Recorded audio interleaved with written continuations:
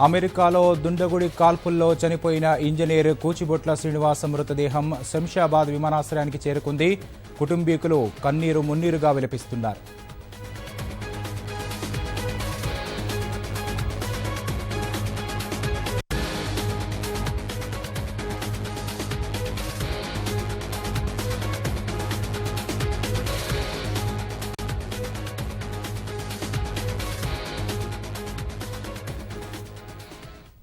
ఇక దీనికి సంబంధించి మరిన్ని వివరాలు మా ప్రతినిధి శ్రీకాంత్ నాటి తెలుసుకుందాం. శ్రీకాంత్, చెప్పండి, శ్రీనివాస్ మృతదేహాన్ని స్వగృహానికి తరలిస్తున్నారా? మృతదేహం ఇప్పుడే కార్గో విమానంలో ఇప్పుడే అంతర్జాతీయ విమానాశ్రయానికి చేరుకుంది, శంషాబాద్ అంతర్జాతీయ విమానాశ్రయం. అయితే దానికి సంబంధించి ఎయిర్పోర్ట్ అధికారులు దానికి సంబంధించిన నిబంధనల మేరకు తనిఖీలు అవన్నీ పూర్తయిన తర్వాత మృతదేహాన్ని వాళ్ళ తండ్రికి, ఇతర కుటుంబ సభ్యులు విమానాశ్రయంలో వెయిట్ చేస్తున్నారు, వాళ్ళకి అప్పజెప్పనున్నారు. అయితే ఈ మృతదేహం సంబంధించి ప్రస్తుతం అయితే ప్రాసెస్ జరుగుతుంది. అయితే తండ్రిని పరామర్శించడంతో పాటు అది ప్రభుత్వం తరఫున ఇప్పటికే ఆ ఎయిర్పోర్ట్ వద్దకి సుబ్బుల్లాపూర్ ఎమ్మెల్యే వివేక్ తో పాటు ఎంపీ మల్లారెడ్డి కూడా చేస్తున్నారు. మహేందర్ రెడ్డి కూడా తండ్రిని ఎయిర్పోర్ట్ వద్ద పరామర్శించి వెళ్ళిపోయాడు. అయితే కార్గో విమానాశ్రయంలో శ్రీనివాస్ మృతదేహం రాగా అంతకంటే ముందే శ్రీనివాస్ భార్య సునయన, అతని తమ్ముడు సాయి కిషోర్ భార్య వేరే విమానంలో అంతర్జాతీయ విమానాశ్రయం దిగారు. వాళ్ళు కూడా కార్గో విమానం వరకు వెయిట్ చేశారు. అయితే వాస్తవానికి 8:45 ఈ కార్గో విమానం రావాల్సి ఉంది, కానీ గంట పాటు లేట్ అయింది. సుమారు అమెరికా నుంచి ముంబై వచ్చిన తర్వాత ముంబై విమానాశ్రయంలో దిగి అక్కడి నుంచి తిరిగి ఇప్పుడు శంషాబాద్ విమానాశ్రయానికి చేరుకుంది. మరి కాసేపట్లో మృతదేహాన్ని కుటుంబ సభ్యులకు అప్పయ్యపనున్నారు.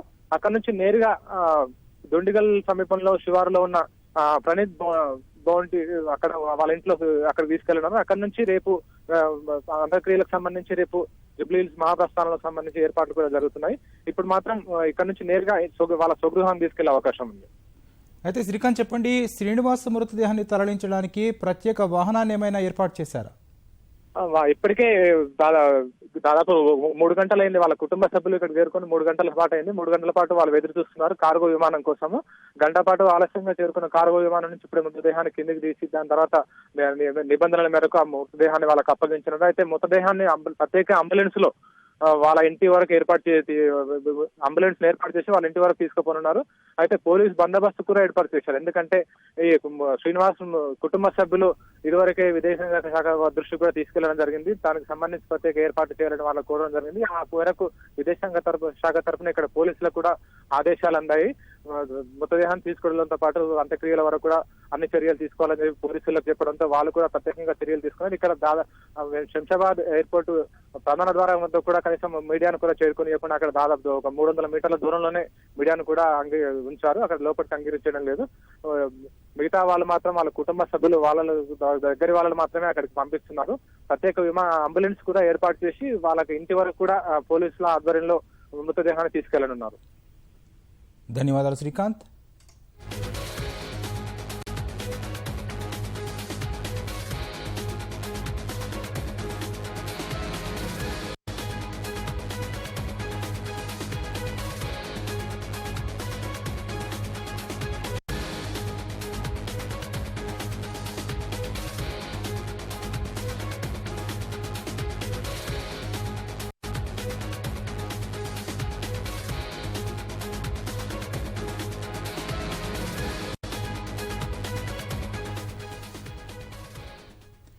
కూచిబొట్ల శ్రీనివాస్ మృతదేహం కొద్ది గంటల్లో స్వగృహానికి చేరుకొనుంది. మరిన్ని వివరాలు మా ప్రతినిధి నగేష్ నాటి తెలుసుకుందాం. నగేష్, చెప్పండి, మృతదేహం ఎప్పుడు ఇంటికి చేరుకోనుంది? రేపు ఎక్కడ అంత్యక్రియలు నిర్వహించనున్నారు? కూచిబొట్ల శ్రీనివాస్ మృతదేహం కొద్దిసేపటి క్రితమే విమానాశ్రయం చేరుకుంది. అక్కడ దానికి సంబంధించిన లాంఛనాలన్నీ కూడా లాంఛన ప్రక్రియ పూర్తయిన తర్వాత స్వగృహానికి తరలిస్తారు. ఇక మరి కొద్దిసేపట్లో అంటే దాదాపు 1 గంట సేపట్లో ఆయన స్వగృహానికి చేరుకొనుంది. ఆ తర్వాత రేపు అంత్యక్రియలు నిర్వహించడానికి కుటుంబ సభ్యులు ఏర్పాట్లు చేశారు. రేపు ఉదయం 11:30కు జూబ్లీ హిల్స్ లోని మహాప్రస్థానంలో అంత్యక్రియలు జరగనున్నాయి. అప్పటి వరకు అంటే ముందుగా ఇక్కడ కుటుంబ సభ్యులు ఇక్కడ ఇంట్లో తర్వాత ఇక్కడి నుంచి జూబ్లీ హిల్స్ తీసుకెళ్లి అక్కడ అంత్యక్రియ నిర్వహించనున్నారు. అయితే రేపు ఉదయం పలువురు ప్రముఖులు ఆయన శ్రద్ధాంజలి ఘటించి కుటుంబ సభ్యులకు సంతాపం తెలిపే అవకాశం కనిపిస్తుంది. మొత్తానికి ఈ ప్రాంతం అంతా ప్రధానంగా కుటుంబ సభ్యులు తీవ్రమైన విషాద ఛాయలో ఉన్నారు. ఆయనతో పాటు ఆయన కుటుంబ శ్రీనివాస్ భార్య, సోదరుడు, మరదలు వారందరూ కూడా వస్తున్నట్టుగా తెలుస్తుంది. కాబట్టి రేపు ఇక్కడ దీని తర్వాత మృతదేహంతో పాటు అతను వారు శ్రద్ధాంజలి కార్యక్రమాలు అవన్నీ అయిపోయిన తర్వాత రేపు ఉదయం 11:30కు అంత్యక్రియలు నిర్వహించేందుకు ఏర్పాట్లు చేశారు. ధన్యవాదాలు నాగేష్.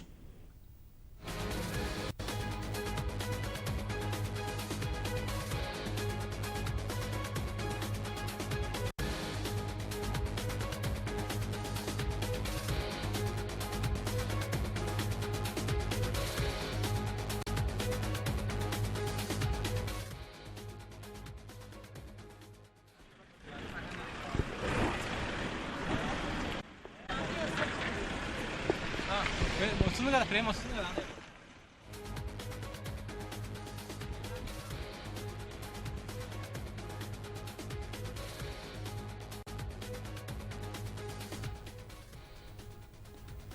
అగ్రరాజ్యంలో జడలు విప్పిన జాత్యహంకారం హైదరాబాద్ ఇంజనీరును బలి తీసుకుంది. ఆఫీసు పనితో అలసట చెందిన శ్రీనివాస్ స్నేహితులతో కలిసి ప్రతి పట్టణంలో ఓ బార్కు వెళ్లాడు. అలా విశ్రాంతిగా ముచ్చటిస్తున్న వారితో అకారణంగా గొడవకు దిగాడు 55 ఏళ్ల ఓ అమెరికన్. మీరు ఏ దేశం నుంచి వచ్చారు, అక్రమంగా ఉంటున్నారా అని నిలదీశాడు. కొంతసేపట్లోనే కన్ను విన్ను కానకుండా విచక్షణ రహితంగా కాల్పులు జరిపాడా ఉన్మాది. ఫలితంగా ఆనందంగా సాగిపోతున్న ఓ కుటుంబం అతలాకుతలమైంది. స్నేహితుడు ఆలోక్ మదసాని సహా మరో మిత్రుడు ఇయాన్ గ్రిలాట్ గాయాల పాలయ్యారు. ఉన్మాది కాల్పుల్లో ఏవియేషన్ ఇంజనీర్ 32 ఏళ్ల కూచిబొట్ల శ్రీనివాస్ ప్రాణాలు కోల్పోయాడు. స్థానిక కాలమానం ప్రకారం బుధవారం రాత్రి 7:15 కాల్పుల ఘటన జరిగినట్లు అక్కడి పోలీసులు తెలిపారు. ఉన్మాది అడమ్ పురింటన్ను అరెస్టు చేశారు.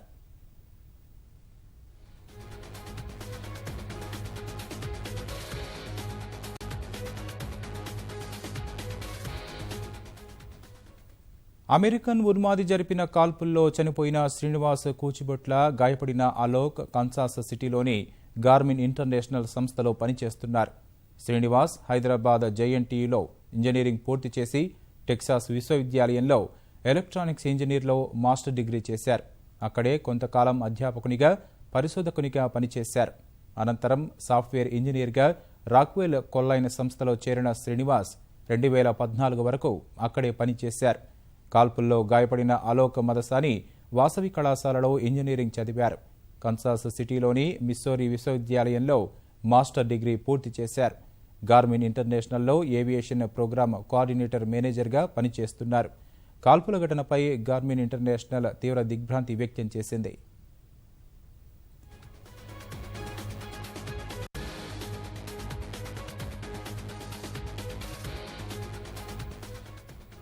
కాల్పుల్లో శ్రీనివాస్ కూచిబొట్ల చనిపోయిన విషయం తెలుసుకున్న కుటుంబం కన్నీరు మున్నీరైంది. హైదరాబాద్ దుండిగల్ పోలీస్ స్టేషన్ పరిధిలోని బాచుపల్లిలో నివాసముండే శ్రీనివాస్ తల్లిదండ్రులకు 3 కుమారులు. శ్రీనివాస్ రెండవ కుమారుడు. మృతి విషయం తెలుసుకున్న కుటుంబ సభ్యులు అమెరికా బయలుదేరి వెళ్లి కుమారుడి మృతదేహాన్ని తీసుకొచ్చారు.